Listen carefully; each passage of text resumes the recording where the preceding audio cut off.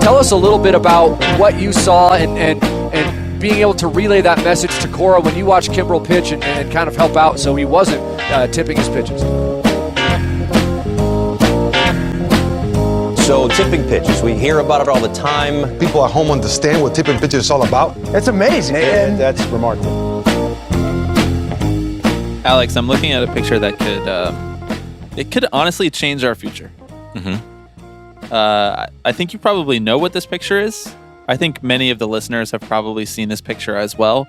But for those of you who have not, I'm going to describe this picture in great detail. It is a screenshot of an Instagram story. That Instagram story is from the account A-Rod with a check mark. It is a photo of A-Rod's legs propping up what appears to be some A-Rod Corp 7x11 stationery, the A-Rod Corp logo in the top right corner, and handwritten at the top of that stationery is just the word book underlined. Nothing else on the stationery, book underlined. Top of the page, book underlined. Caption, Instagram story caption, decided to start writing my book on lessons learned in business and baseball. Lessons learned, business and baseball. Business first and baseball second. Mm-hmm. I mean, this could literally change our lives. This could change the course of our futures if he keeps writing that book and he publishes that book and we read that book. And you know what? We get him on this podcast to talk about that book because it's a non-zero chance, you know, like we are one of the 50 most popular baseball podcasts in the world, objectively speaking. That is somehow now true 6 years later. So like he's got to get around. He's got to make the rounds. He's going to do the media tour. Exactly. You know he's going to do the media tour. That is his specialty. Maybe he doesn't need the Tipping Pitches audience as much as we need him, but who knows? Maybe he feels like he does. I think he just doesn't know how much he needs the Tipping Pitches audience. And you know what? I can't even roast him for just starting with the word book because boy, have I started many a story or paper for school or even say a Tipping Pitches newsletter with just the title of the project up top. You got to start somewhere. You have to start somewhere. My question is he gonna handwrite the whole book? As someone who has recently handwritten a lot of things for the first time in years, the Tipping Pitches newsletter or the Tipping Pitches holiday cards, which many of you will be receiving either at time of listening or within the next couple of days if you live internationally, perhaps. Did you know that you have to buy global stamps if you want to send a letter internationally? It's just a regular stamp, but bigger. And not square and rectangular. I don't really remember. I just stamped all of these as fast as possible and shoved them in my mailbox. Mm-hmm. Funny story. Can I tell you a detour? Yeah. About the Tipping Pitches holiday card. So I finished writing them. I finished addressing them. I finished stamping them. And I was holding them in a big stack. You know, it's like 100 holiday cards. You know, it's a lot of holiday cards. Yeah. A hefty amount. And I was heading out to dinner. And I thought I would stop by the, post office drop-off box on my way to the subway. And something that never happens. I was standing waiting for the elevator in my building for a long time. It was completing a trip down and then back up. And someone from our floor was also waiting with us. So I'm just holding all of these letters. And the person is like, "What are those for?" And I'm like, they kind of insinuated that because I was standing there with my partner, they kind of insinuated are these wedding invites? And I had to just be like, nah. Right. It's kind of a funny story, actually. How do I explain this? I'm just the classic prototypical white guy in Brooklyn with a podcast and it has a Patreon. And they were like, "Oh, cool." Right. I'm like, how deep into it did you go? You were like, so there are 3 tiers. Those who sign up for are you familiar with Alex Rodriguez, the baseball player? So he's a really important part of the soul of our podcast going back. Right. Really. But ironically. Well, it might be ironic for you. That's the man who's trying to become his protege. Right, yeah. Okay, back to A-Rod. Enough about me being awkward in the elevator bay. Back to A-Rod. Do you think he would come on? Honestly speaking, if you had to bet your life, could we get A-Rod on the podcast? Or rather, if your life depended on it. Like, if we don't get A-Rod, you die. That is kind of where I'm at right now, right? I don't know that. Like, I think we could, but under certain circumstances, I think we could pay him to come on, right? Because on his website, there's a speaking engagements form you can fill out. So, like, if we really needed to, could be like Hillary Rodham Clinton talking at Goldman Sachs. That's right. Yeah. It might compromise our morals a little bit. Okay, we can put up a poll. Would the listeners be okay with us paying A-Rod to come on the pod? Because I'd rather not be beholden to that, right? I want to have an honest, frank conversation. I don't want to be accused of propagandizing. Right, exactly. Paying our sources. Get into some sketchy territory there. But I think that this book does open up the largest opportunity for us to potentially get him to come on and talk about it. Like, there's a non-zero chance, I think. I think it's more likely that we get, say, Alex Rodriguez than Rob Manfred. Oh, easily. Yeah. There's nothing to be gained from Rob Manfred coming on this podcast. There's only him embarrassing himself to the point where, like, the owners are like, should we have this guy as the commissioner? Right. But A-Rod, I mean, it honestly feels like punching down to ask us to pay money to have A-Rod on the pod. Like, You're a billionaire. Yeah. Bro.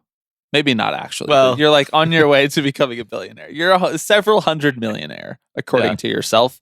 And I imagine according to this book that you're writing with business lessons. Mm-hmm. I mean, suffice to say, should this book ever get written, and that's a gigantic if at this point, we will be discussing it in great, great detail, either with the man himself, or we'll do the sort of like right around of him, the talk around of A-Rod.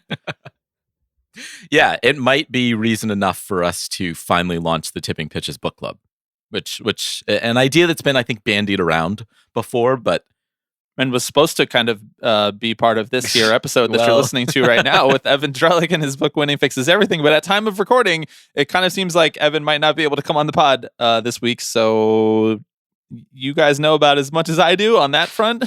Turns out when you're an important baseball reporter, sometimes they ask you to fly places and report things, and your scheduled time to talk to the two guys from the Tipping Pitches podcast sometimes gets interrupted. So I don't know. You reading the episode description, you tell me if Evan Drellick is going to be on this pod. I don't know.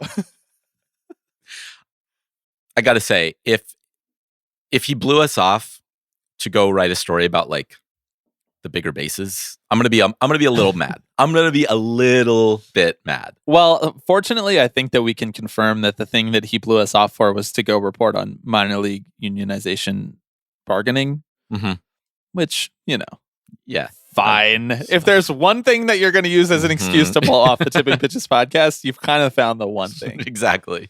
Evan is a good person whom we like and we enjoyed talking to last time. We will eventually, even if it is years from now, talk to him about Winning Fixes Everything. But as I said, at time of recording, I don't know if that's going to be in this episode or not.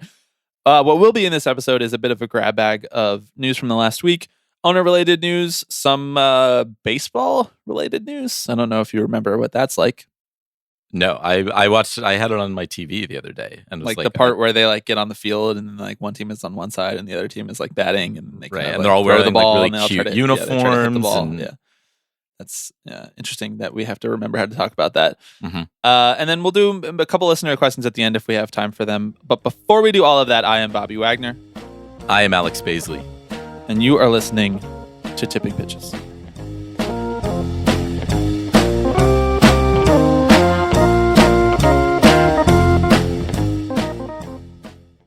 Okay, thank you to new patron Megan this week. Thank you, Megan.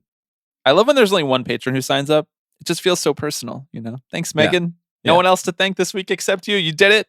No, appreciate your support. This episode is sponsored by Megan from the Patreon. Literally, the sole sponsor, the presenting sponsor of this week's episode of Tipping Pitches is you, Megan. Thank you, Megan. Let's do it. Let's do our little grab bag of news. Where do you want to start?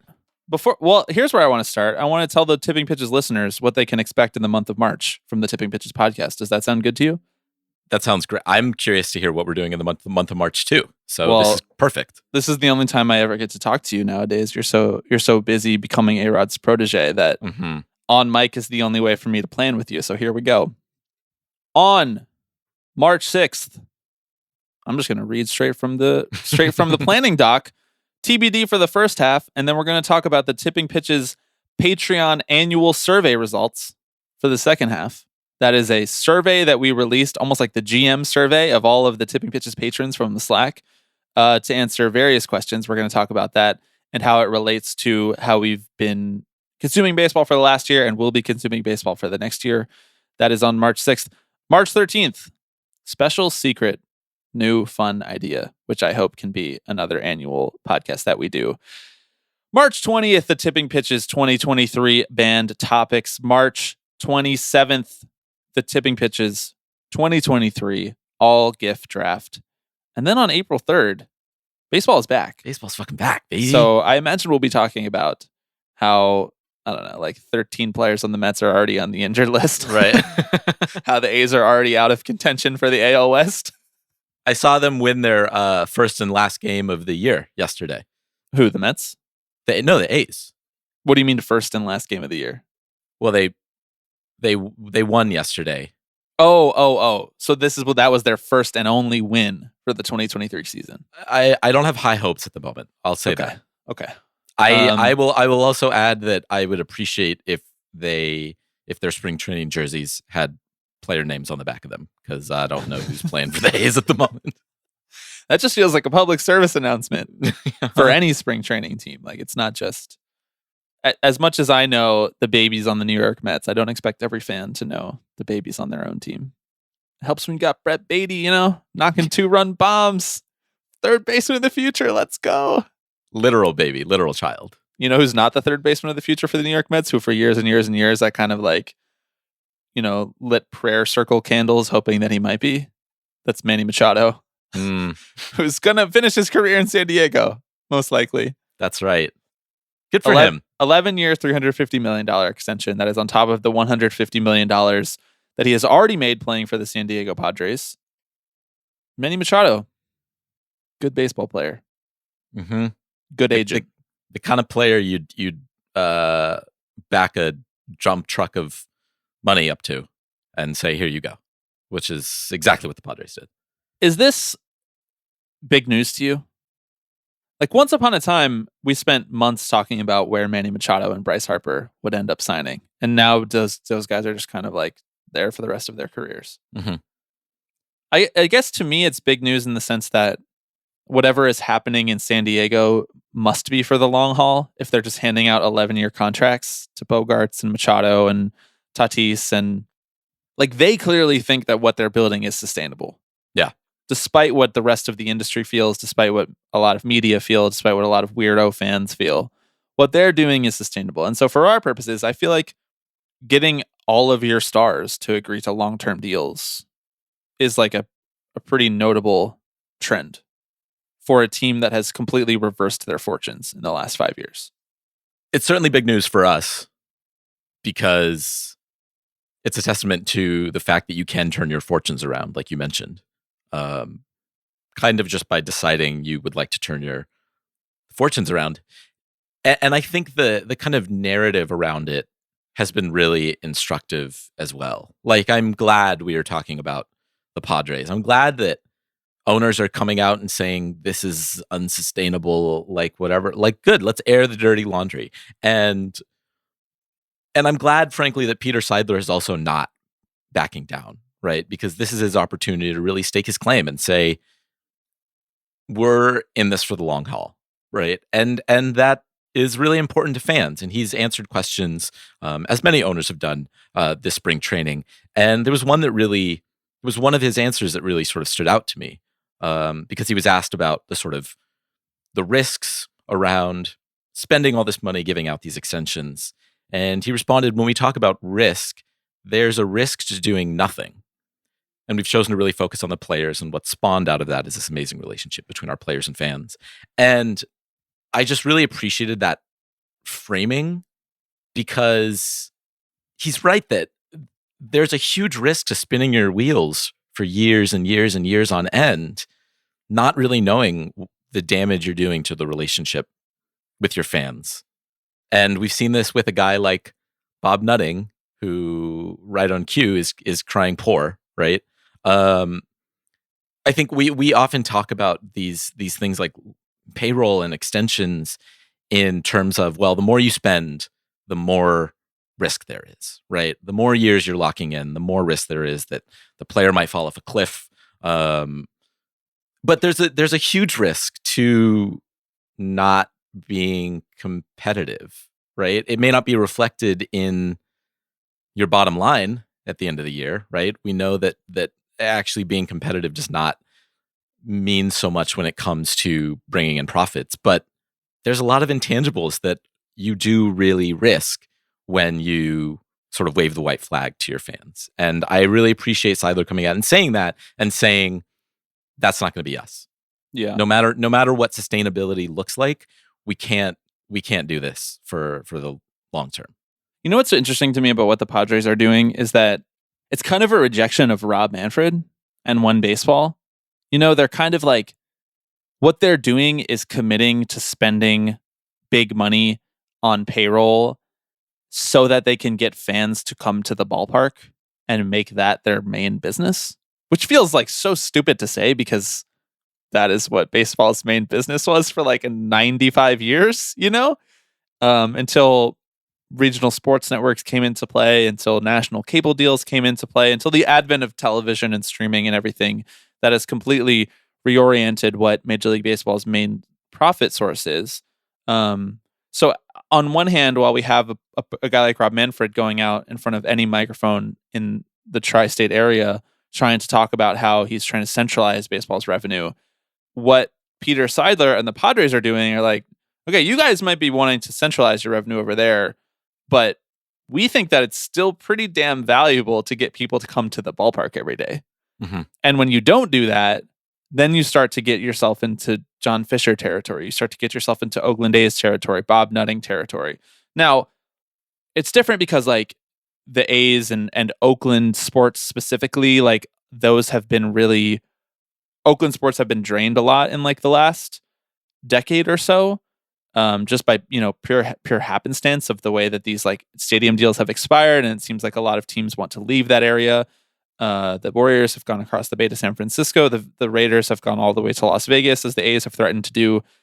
But I mean, you have to remember San Diego, like the Chargers left San Diego too, and so the Padres are really kind of like the last major 4 sports team left in town, and it feels like an underrated part of what the Padres are doing and what Seidler is doing in his ownership tenure is saying like, well, we've seen what's kind of happened when you give up on the fans and we don't want that to happen to us, and we don't want the Padres to leave, and we don't want them, you know, we don't want to ignore the part of baseball that isn't just streaming it on television and maximizing its revenue that way. Something, I mean, I know we've joked about how we're not sure if we're going to have Evan on this pod or not, but something in Winning Fixes Everything, ironically, was there's a section in it about when Jim Crane took over the Astros, about the back of the napkin math that Crane did on revenue for fans coming to games. And like in his mind, and obviously we can't apply this directly to every single baseball team because tickets cost different things, concessions cost different things, different teams own different parts of their stadium experience, and so they might not get the same revenue that the Astros would get. But if we just generally ballpark it, Crane said that, or Evan reported that the way that Crane thought about it was that every fan that comes to the stadium, so every ticket sold, I guess, it's not necessarily a fan that comes to the stadium, but give or take some, is worth about $40. And if you pull 2 million fans a year, we're just doing basic arithmetic here, that's $80 million. That is nothing to scoff at. That is like that is Manny Machado and Fernando Tatis being on your team. And so if you can continue to pull that, it's paying for itself.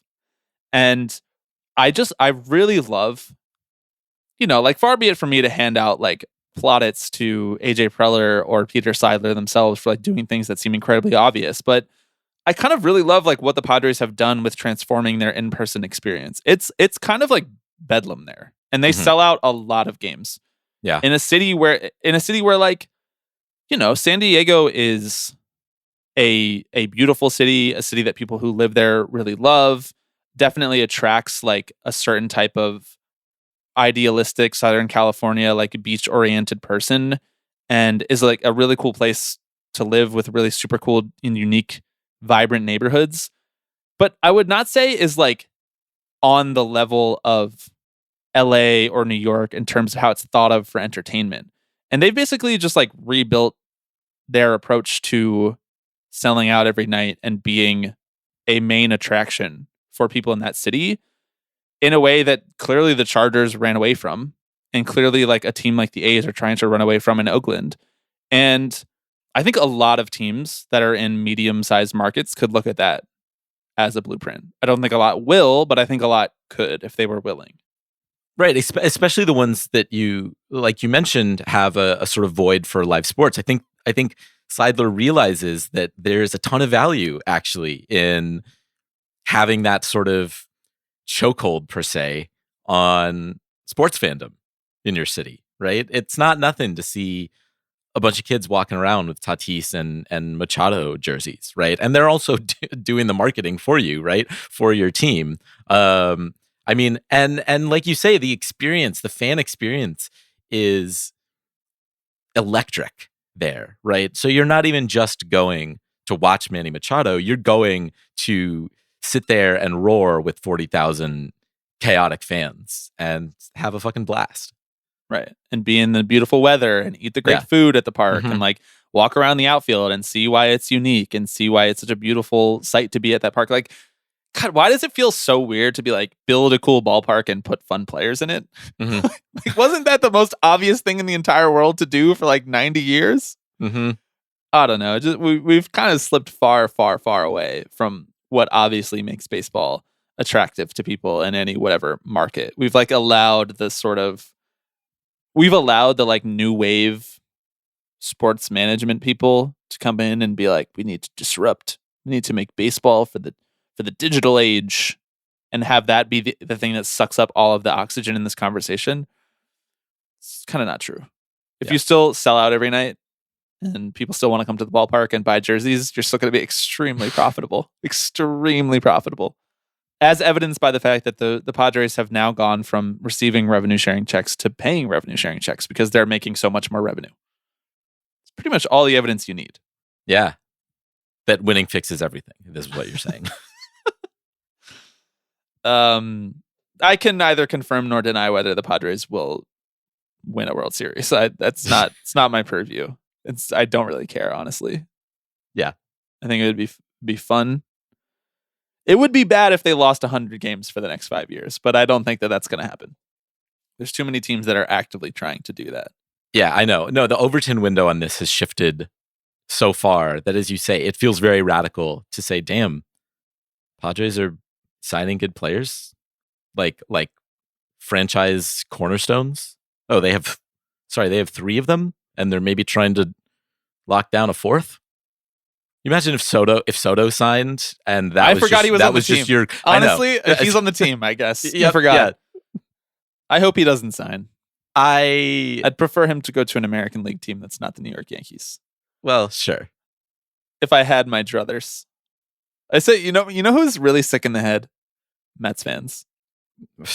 7 of the top 10 responses to the Passan tweet breaking the news that Machado was signing the extension to stay with the Padres. 7 of the top 10 tweets were like, Ohtani's a Met now. Mm-hmm. As if like it was just, he was either going to go to the Padres, and now that the Padres have spent the money on Machado, he's going to the Mets. Like, we are sick. Yeah. We are unwell. The cottage industry of immediate just like reply guys, Passan reply guys, or like MLB home run reply guys. Yeah.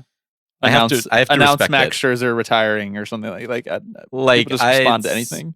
Like, you really just have your tweet notifications on just so you can get the likes, get the engagement. Should we do that now?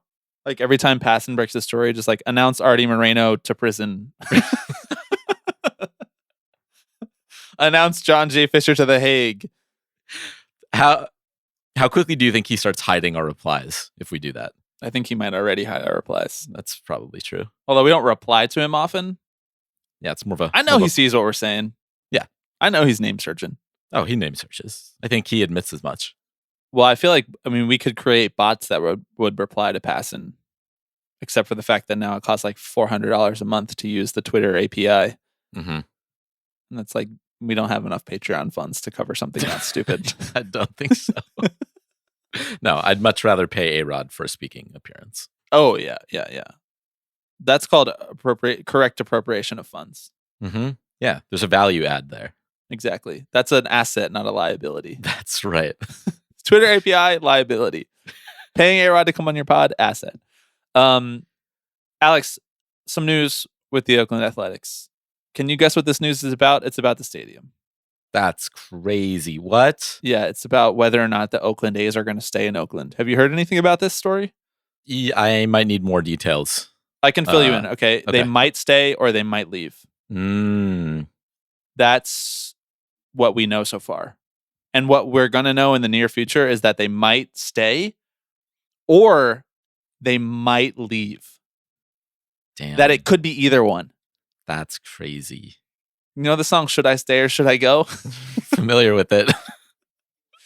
No, the news this week was that the A's are trying to knock on doors around Las Vegas to see who will give them a large check with a comical amount of money on it. Film Just it like a build their reality stadium. television show. There was some talk this past week of who will fund an A's stadium because we know that it's not going to be primarily John Fisher based on what he has asked for in Oakland and what he has tried to, no pun intended, fish for in Las Vegas. The Nevada governor, as you pointed out on Twitter, the Nevada governor has said that, they would prefer not to give more money to the Oakland A's. I think part of that is because they gave $750 million to the Las Vegas Raiders to build their new stadium, which is gnarly, bro. $750 million of public funds and tax credits to build that stadium that nobody goes to except rich people and companies renting it out to woo other rich people. Gnarly stuff, really gnarly stuff. Though, Vegas has had sort of a love-hate relationship with giving public money for sports teams. They did not give any money for the Golden Knights. That was funded entirely by MGM Casino. Totally above board. All good. Definitely no conflict of interest there. None to be had. The potential future NBA team coming to Las Vegas has said that they will completely privately finance. This is much more popular in the NBA. They like to own everything so that they can develop it exactly how they want and have it fully privately financed. That's one way that the NBA outpaces MLB and the NFL in this respect. They don't try to hold taxpayers hostage. They don't try and hold public funds hostage. Suffice to say that the A's would like some money from someone that is not the A's. And so it was reported this past week that Bally, the one and only, just going to get through this. Bally confirms that they are in ballpark discussions with the A's to put it, I guess, like right smack in the middle of the strip there. I really have no idea how they plan to do that. I love architectural mock-ups. Absolutely. It is the biggest grift of all time. And the fact that we have not gotten into it, that we have not created like a shell company of tipping pitches where you just Photoshop ballparks into like the most popular, busy, foot-traveled parts of every city in the world. It's like, where you could put a ballpark?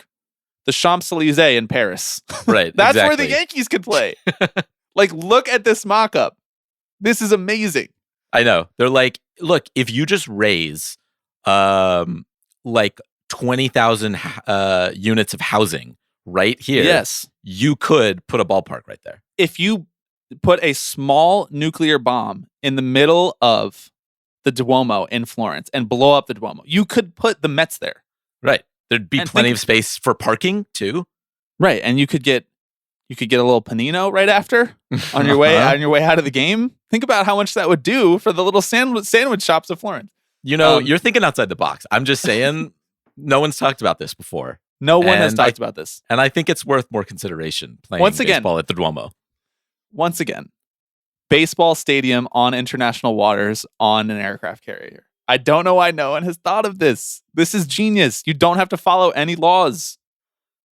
You don't even have to have fans. You don't even have to have players. I'm trying to wrap my head around like what international laws like that team's owner would be interested in breaking, right? Like, Be like the cruise division in Succession, but for baseball team. right, exactly. Like, are you just like, It's an all-inclusive cruise vacation with a 7-game homestand included. can you imagine all the drunk fans who would like stumble over the side, you know? Yeah, and you need got to be put rescued? high walls on there. Yeah. Yeah. Yeah. I'm not trying to. Are you a cruise guy? Would you ever get on a cruise? No, God, no. Thank you. I wouldn't have completely agree. before 2020, and I mean even more so now. That just sounds kind of miserable. I've never understood the appeal. Yeah. Oh, you're trapped hundreds of miles away from land Mm-hmm. with a lot of middle-aged people, Yeah, and screaming children. and you can play poker, I guess. Yeah, You can see live jazz. You can You see do like get- a thrice canceled stand-up comedian you do get the 3 nights in a the row. first strain of the new virus that's going around. So it's like it's natural kind of like immunity. a ground floor sort of thing. Yeah, exactly. Right. On the bright side, you might sink and you might die. That's, yeah, on the right side. So the A is instead of trying to get, or as they realize that it might be harder and harder to get public funds because almost $1 billion is already tagged for the Las Vegas Raiders. They're just talking to casinos, which is everybody's favorite thing to do nowadays. Bally, on the other hand, Well, they're swimming in money right now. We're spinning one bankrupt company off, and we're just going to reinvest in sports, baby. Yeah, it's worth noting, right? Like Bally is a big company, Right. That does sports betting and entertainment, and so Diamond Sports Group or whatever it's called is but one arm of that. But it is very rich that this company going through a very, very public and slightly messy bankruptcy proceeding is like, yeah, there's some interest in giving them $1 billion. Yeah, I feel like this is we're not talking what about it. bankruptcy is supposed to be for. Right. Like, I'm not a lawyer. Obviously, I'm not a lawyer. But like, are you really just allowed to just roll all your debt into one part of the company and say that it's bankrupt, even though the rest of the company is clearly not bankrupt? Like, why is there not some kind of rule where this Where it's like unbelievably successful arm of the company has to just like maybe loan a little bit of money over to this other Right. failing part of the company to float it? Like, why does the company just get to just be like, no, we are not going to pay any of our obligations? How is that allowed? Like, if you were like, I'm buying a house, but I'm claiming bankruptcy for my student loans. I don't think that they would be okay with that. That is essentially what this company is doing. that's a really good idea. Oh my God. Hang You don't on. get to chapter 11 different parts of your financial experience, like you don't get to cordon those off. Wait, so are you telling me the rules are different? See, but I thought the companies were people. Like, wasn't that the I whole know, Hobby right? Lobby thing? Like, I can't follow any of this law. I can't follow it. I can't. None of it makes sense. It's not designed to make sense. You're not supposed to understand it, Bobby. Let the adults in the room handle this, okay? Should we buy your loans with the Tipping Pitches LLC? With a subsidiary of the Tipping Pitches LLC, we purchase your loans and then we file bankruptcy for that subsidiary of the LLC. We go through Chapter 11 court and all of a sudden you don't have any loans? Did I just find a loophole? I'm just making a couple notes over here real quick. Hang on. The IRS agent listening to this is like, what the fuck are these guys talking I know. about? That's fine. I don't know what we're talking about either. Parody. And frankly, when it comes to Las Vegas, I'll fucking believe it when I see it. Like, the A's are you're- not moving to Las Vegas. you're talking to a lot of people out there. Damn, your girlfriend who goes to the other school sounds really cool. Honestly, Yeah, no, she sounds beautiful. yeah, She seems so really down to earth too. Mhm. Really nice. yeah. It seems completely reasonable that you might put a baseball stadium on the Las Vegas Strip. It's the That's only for- logical place. That's for sure going to happen. Mhm. That's so happening. It's not even worth talking about on this podcast.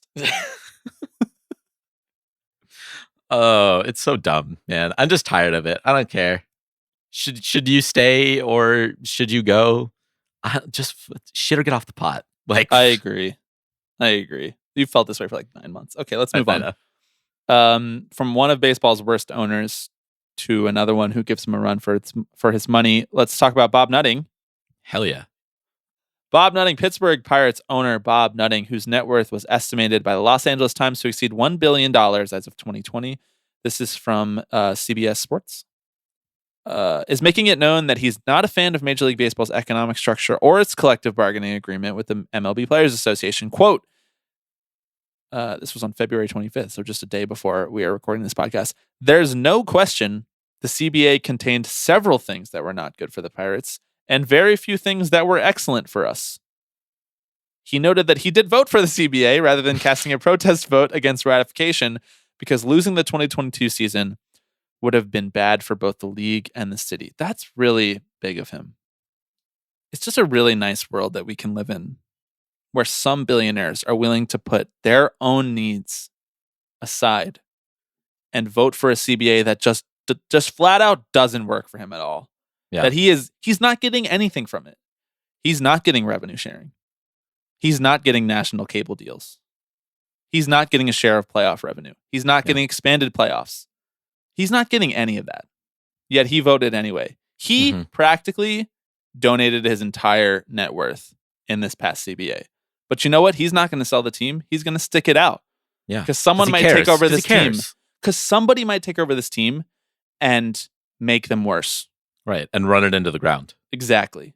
And refuse to make the playoffs and refuse to spend what you can spend and never extend any of your stars.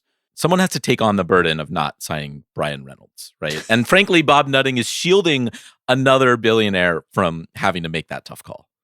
I'm obsessed with this quote. I love it so much. There's no question the CBA contained several things that were not good for the Pirates.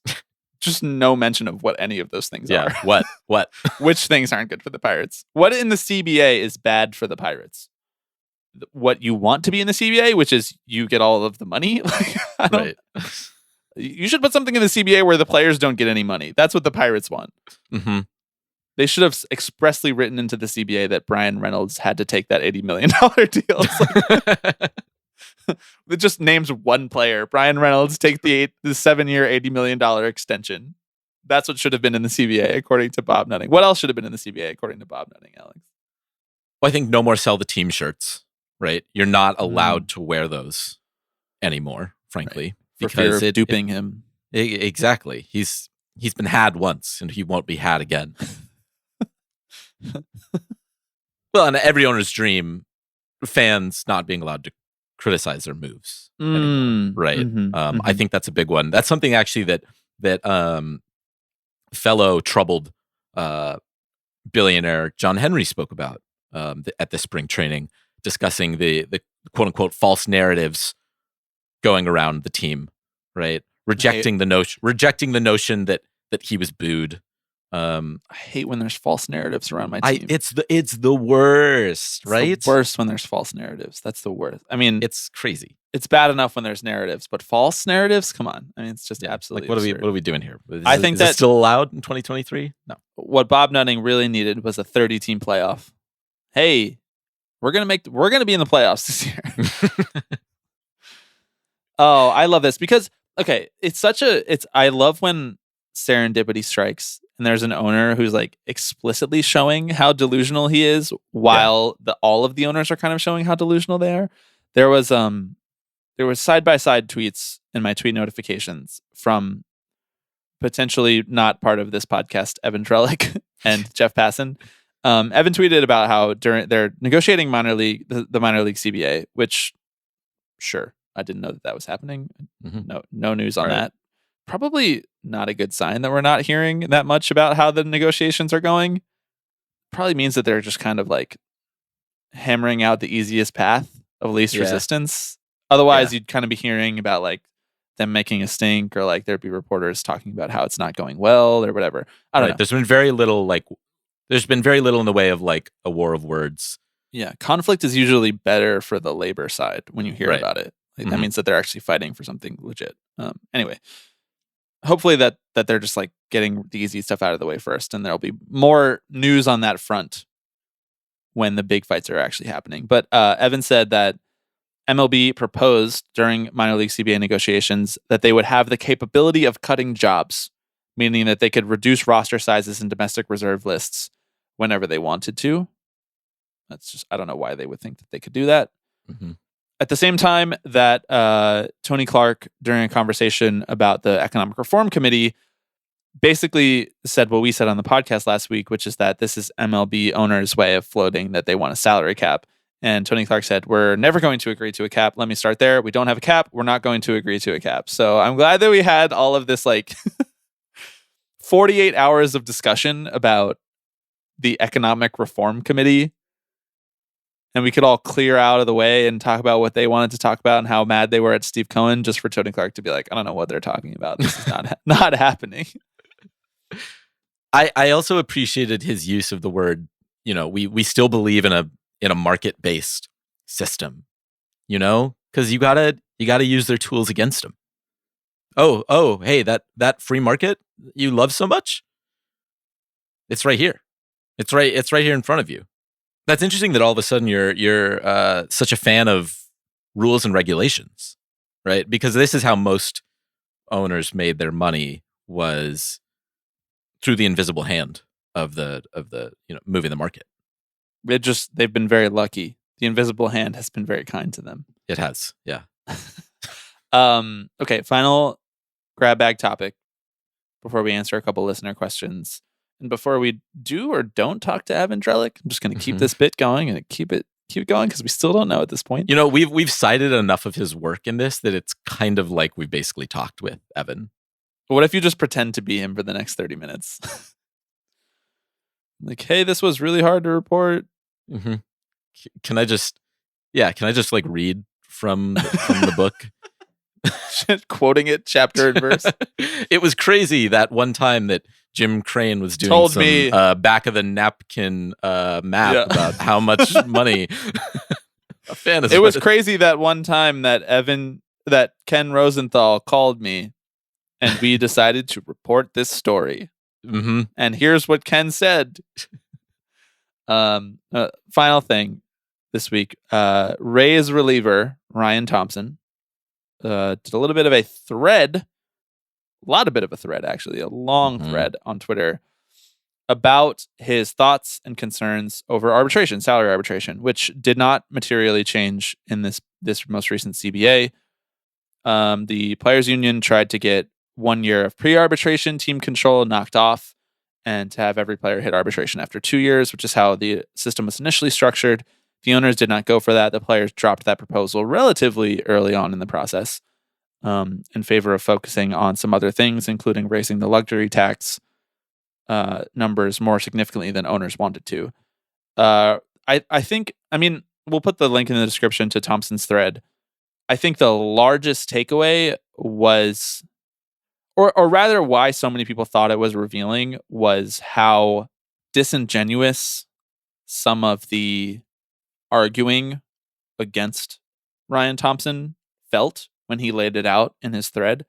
How the Rays, who are this cutting edge team who employ relievers and pitchers and all players in a way that not a lot of other teams know how to do effectively, how they would come into this salary arbitration negotiation and they would cite a Fangraphs stat called blow-ups, which doesn't really have all that much to do with how well he was actually performing.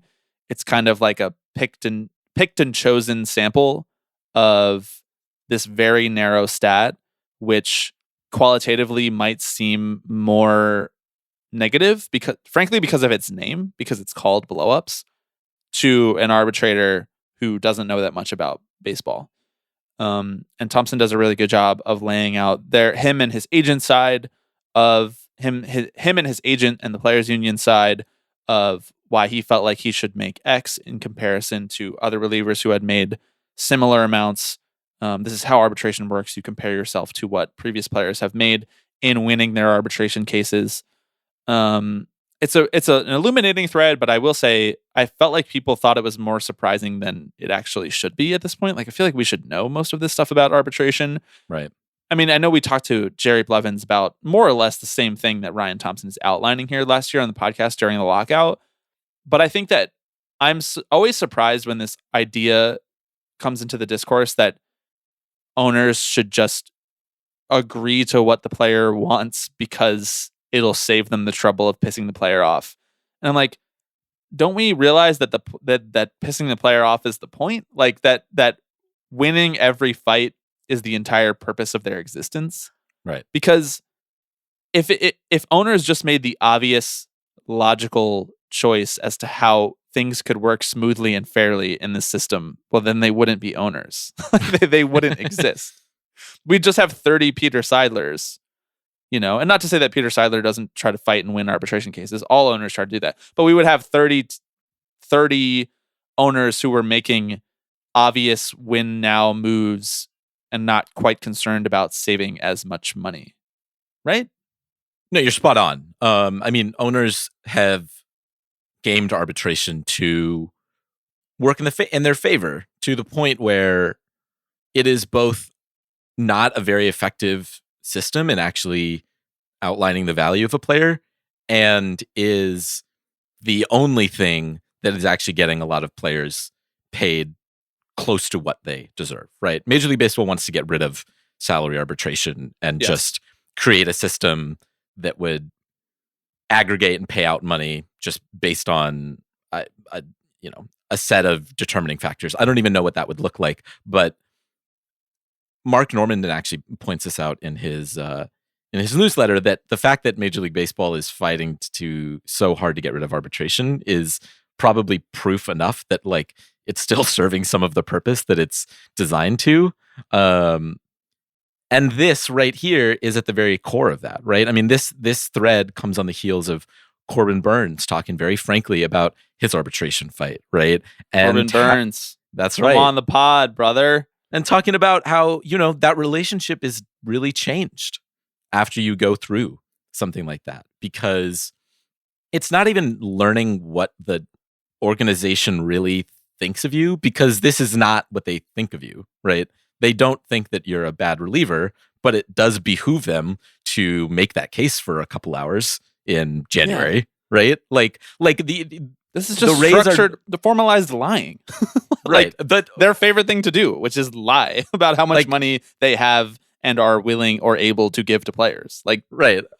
Oh, really? Blow-ups. That's crazy. So you guys use that like year round too? Like I assume you use that in all your, big-brained analytics that you do. If you use it to make a case in arbitration. The best thing that could possibly come out of arbitration would be like publishing the cases on C-SPAN. I know neither side would ever go for this, but to see Eric Neander go up there and be like, Ryan Thompson, here's why you don't deserve $200,000 extra dollars is because of blowups. Mm-hmm. And then to also see, the Rays loving media of the world be like, but actually this is why this is correct. I'd be like, that would be so satisfying.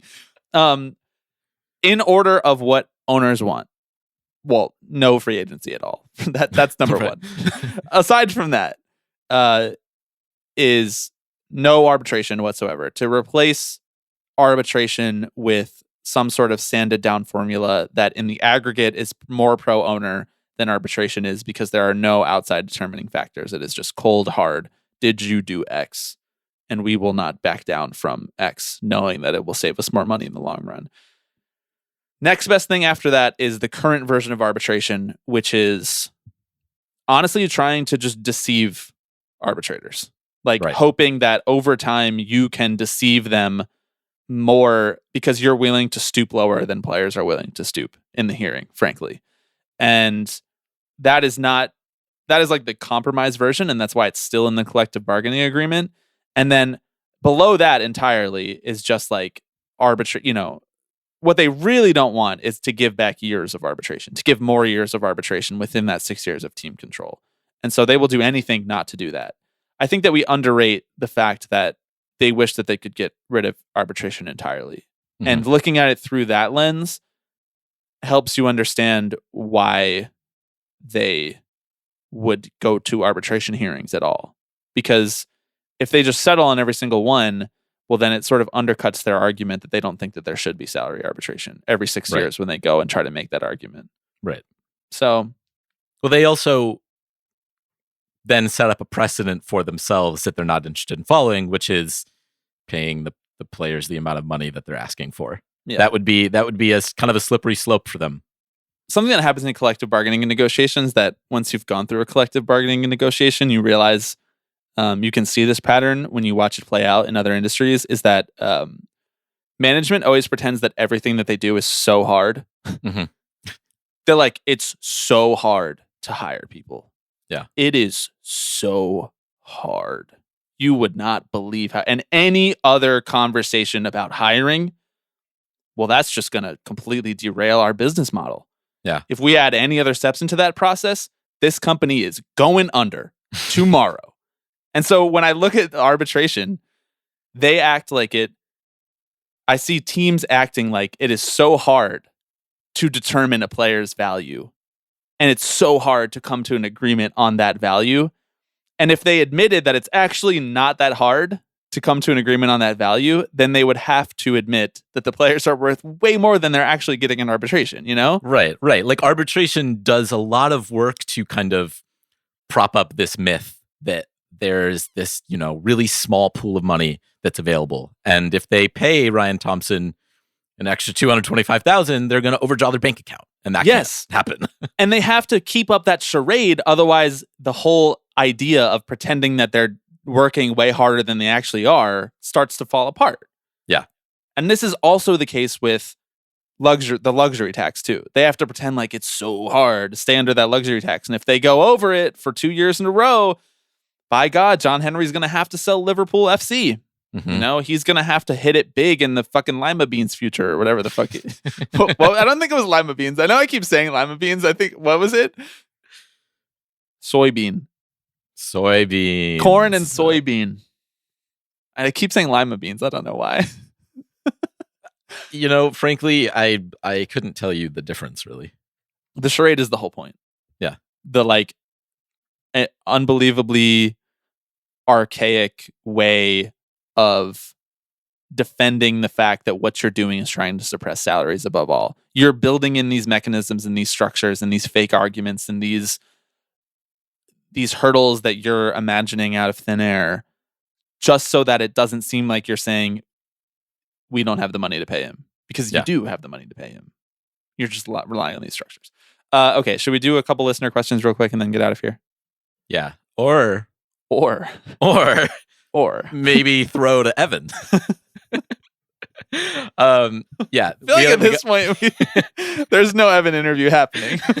Well, I know. Otherwise, it'd be a 2-hour episode. We got a couple good listener questions from the Slack that I'll read real quick. The first one comes from McKenna, and it's about rule changes, which we have talked about not at all. And that's cool. She asked, my head goes completely empty when I hear the phrase pitch clock. Mm-hmm.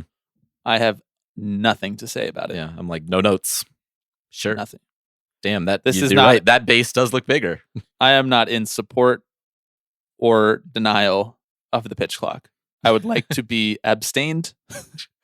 I would like to be relieved from jury duty over the pitch clock because of my prior, political opinions about sharing thoughts about rule changes. Well, unfortunately, you're going to have to share at least one thought, because McKenna's question is, I've been listening to some stuff about the pitch clock, and I'm wondering if you think there'll be any discretion from umpires on things like curtain calls or a milestone or cheering when someone comes up to the plate returning to a team they played for a long time. Are they going to be pretty strict in enforcing it? I want to know what you think, but right off the bat, my instinct is that they're going to be pretty strict in enforcing it because they kind of have to. The second you sort of start carving out exceptions, the second it kind of becomes pointless. But what do you think? As I search through the depths of my head, no thoughts come to mind. I think they'll be strict in enforcing it for 2 years. Mm-hmm. And then I think anything's on the table. Yeah. And then I think it's the pitch clock operator will start being kind of loose with when they actually start it. Yeah. because the clock doesn't start until the ball's back to the pitcher, right? So if it's in between batters and there's a curtain call going on, the catcher will just hold on to the ball longer. We will find ways to manipulate the pitch clock. Totally. As Max Scherzer has promised, as someone outside of my apartment is aggressively honking their horn in agreement. Yeah. We will find ways to manipulate the pitch clock. I like carving out exceptions. I mean, yeah. The for the love of the game exception to the pitch clock. the curtain call exception. Well, what about the Joe West stare down exception? You can't start the pitch clock if Joe West is not behind the home plate. I know he's retired, but if a Joe West type is not behind home plate because he's staring down the manager in the opposing dugout. Right. What is he going to call a pitch clock violation on himself? One free challenge to each team. I can't believe how much discourse has been about the pitch clock so far. It's kind of crazy, honestly. And now there's discourse about if fans can see it or not, and how big is the pitch clock and where's it going to go? Everybody's like, is this too fast now? We know it was too slow before, but is it too fast? I just don't have a thought. I'm I'm not. I don't know. Is the next pitch coming? I'm going to sit this one out, guys. I'm going to take a play off. All right, next question. This next question comes from Christina. If you were a baseball player coming into spring training, which cliche thing would you most likely say? For example, in the best shape of my life. Now, I told you this question before we started recording, and you were like, I got one. So the floor is yours, my friend.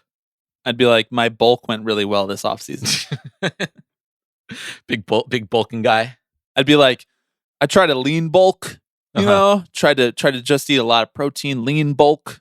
But these are all made up terms. I love scrolling Instagram reels, and it's just it's just algorithmically designed to make me feel like shit about myself. Mm-hmm. Yeah. It's just all of a sudden I'm like bodybuilder TikTok. It's people arguing about how honest you have to be about whether you take steroids or not. I'm like, what the fuck is happening?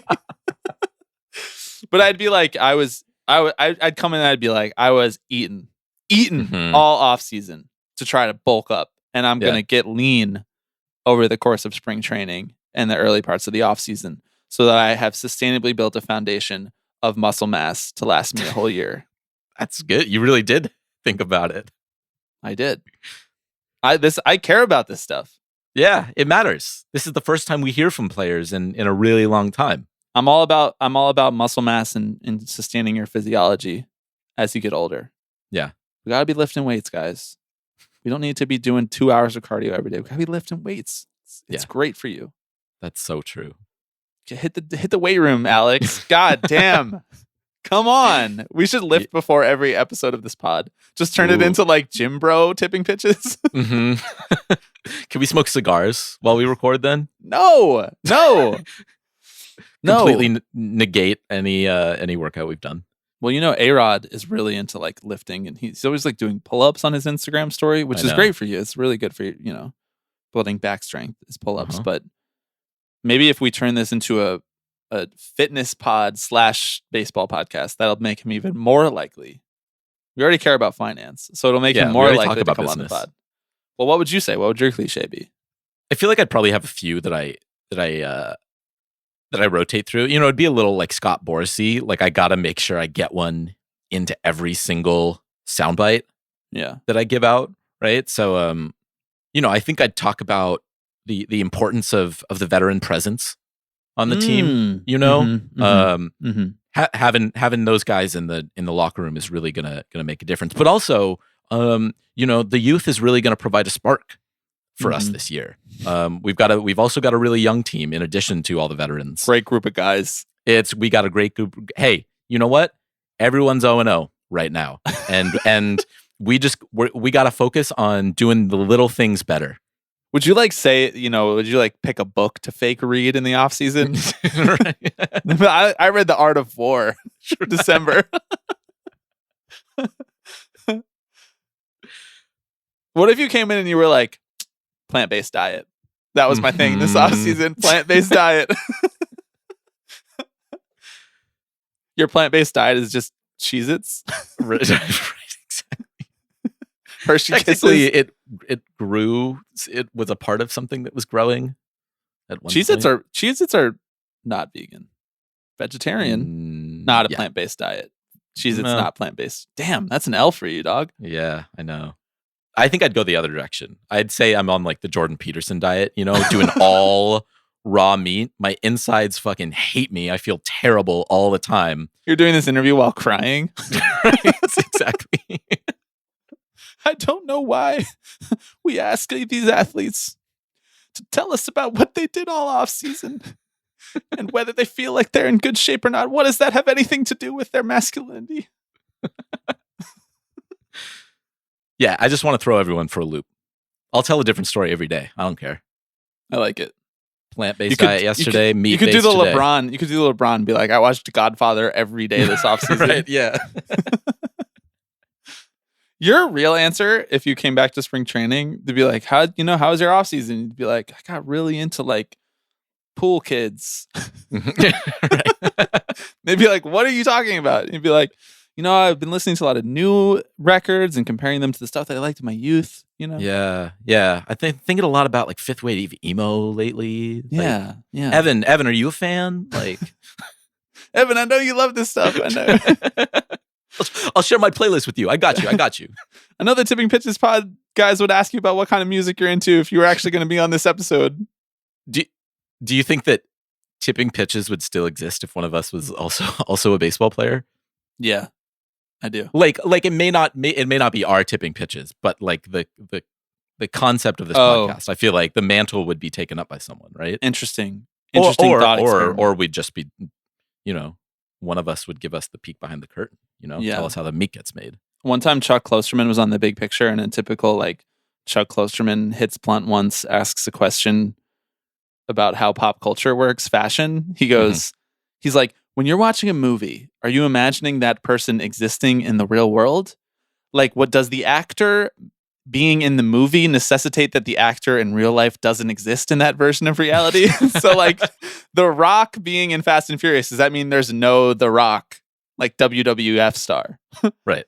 So in this version of reality, does one of us being a Major League Baseball player mean that there is like Alex Shaisley who goes to NYU and meets me like freshman year? Like, does there have to be a replacement to keep the space-time continuum in this pop culture verse? Or does it just mean that I just like don't do this ever? I find a different path. I get into Jordan Peterson and I mean all carnivore diet. I mean, if I'm being completely honest, we've been recording far too long, and I am far too tired to even think about any of the words you just said. Food for thought, bro.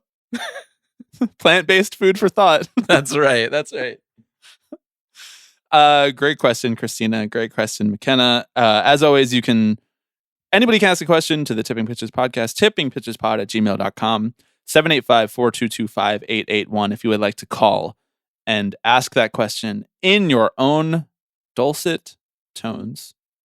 We'd love to get some voicemails as we head into March, as we head into the month before the month of the baseball season starting, rather. Because it's always fun.